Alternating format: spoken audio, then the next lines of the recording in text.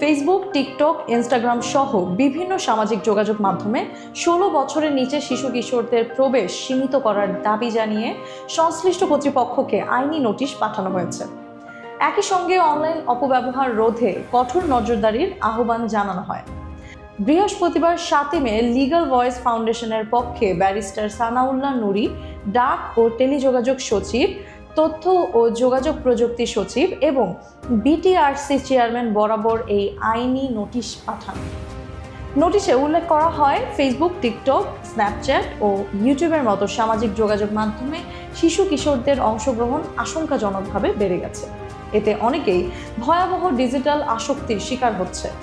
অতিরিক্ত সামাজিক যোগাযোগ মাধ্যম ব্যবহারের কারণে শিশুরা খেলাধুলা ও স্বাভাবিক শৈশব থেকে দূরে সরে যাচ্ছে, যা তাদের শারীরিক ও মানসিক বিকাশে নেতিবাচক প্রভাব ফেলছে।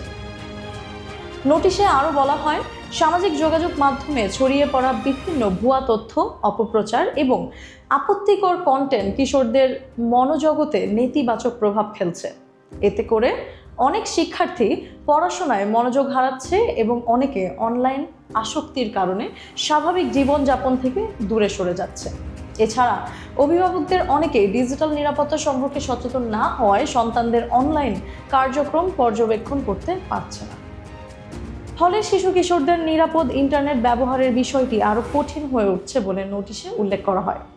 নোটিশে সংশ্লিষ্ট কর্তৃপক্ষকে দ্রুত বাস্তবসম্মত পদক্ষেপ নেওয়ার আহ্বান জানানো হয়। একই সঙ্গে শিশুদের নিরাপদ ডিজিটাল পরিবেশ নিশ্চিত করতে কার্যকর নিয়ন্ত্রণ ব্যবস্থা গড়ে তোলার দাবিও জানানো হয়। অন্যথায় পরবর্তী আইনি পদক্ষেপ নেওয়া হবে বলেও নোটিশে উল্লেখ করা হয়েছে।